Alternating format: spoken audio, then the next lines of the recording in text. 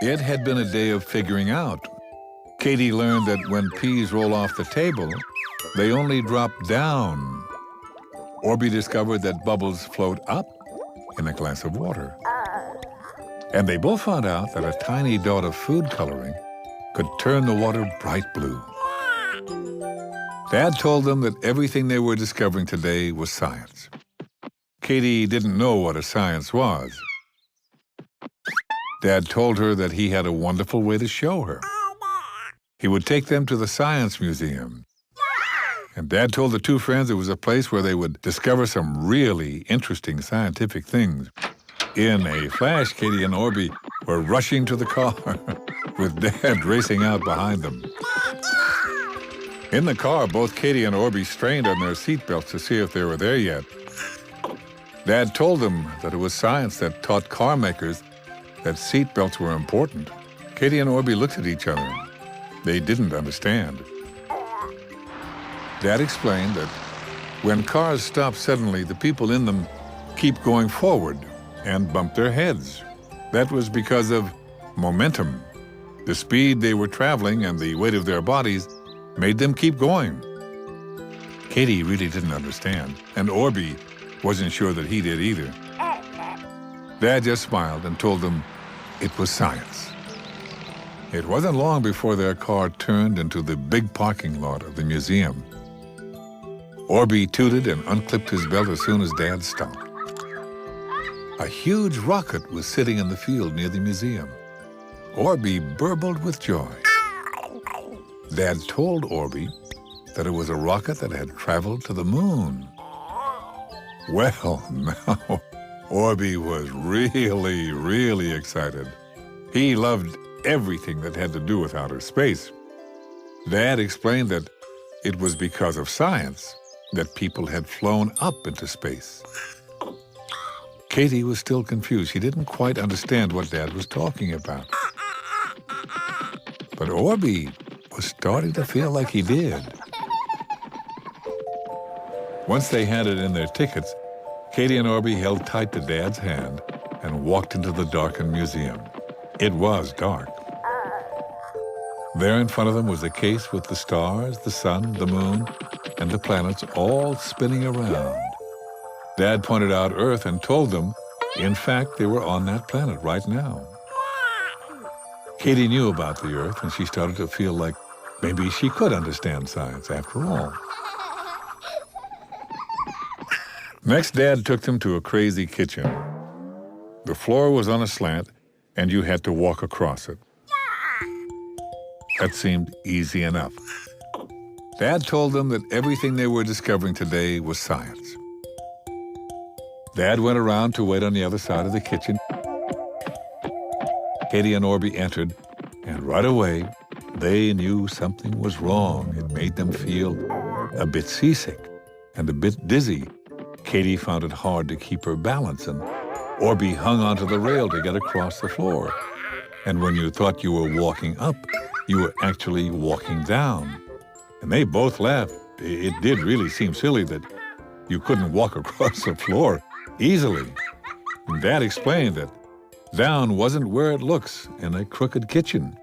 And when they came out, they ended up by a collection of huge tubes and bicycles, and lights were flashing. And Katie told Orby, science sure was fun. First, they tried to see how electricity worked.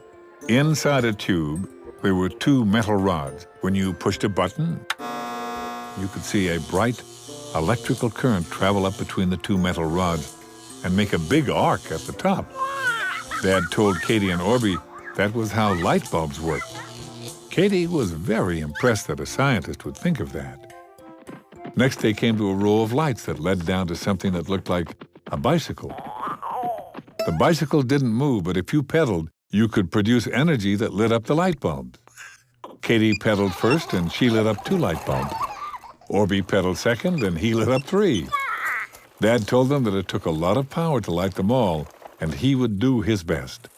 Soon, Dad was pedaling as fast as he could, and 1, 2, 3, 4, 5, and 6 lights all lit up. Katie and Orby both cheered. His energy was turning into electricity, and it was lighting the lights. When Dad stopped pedaling, the lights went out. Katie and Orby wanted to discover more science. They both grabbed Dad's hands and pulled him around the corner. Orby stopped in his tracks. Right in front of him was the inside of a spaceship. You could sleep in little hammocks, and you could see where the astronauts kept their things. Wow. Katie moved around the spaceship. She climbed through a rounded doorway, and there on the other side was a cockpit. It was full of lights and gadgets and Orby. Katie thought it looked confusing. Orby told her that the astronauts flew the spacecraft from here. He told her he was an astronaut.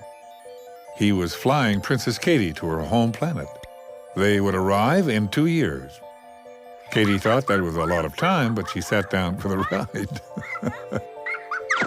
And Dad ducked in behind them and wondered where they were flying to. Katie told him they were flying to her home planet, Earth. Dad smiled proudly at her. He told her she was already becoming a scientist, and she wasn't even trying. Dad asked the two friends if maybe they wanted to land at a space station and have a flying saucer burger or a rocket dog. Katie and Orby looked at each other. They were having so much fun they never wanted to stop, but both their tummies were growling. It was a good time for a space stop. That day they discovered all kinds of things at the Science Museum. And I have to tell you, Katie and Orby agreed that they really wanted to be scientists when they grew up. Dad said that becoming a scientist was something wonderful to think about. And I hope one day you'll be able to visit the Science Museum too. You'll find out about all the things that scientists have been discovering for years. And maybe when you're done, you'll want to become a scientist too.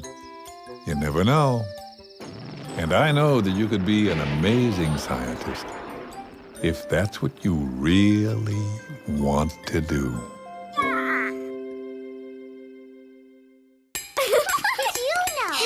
Did you know?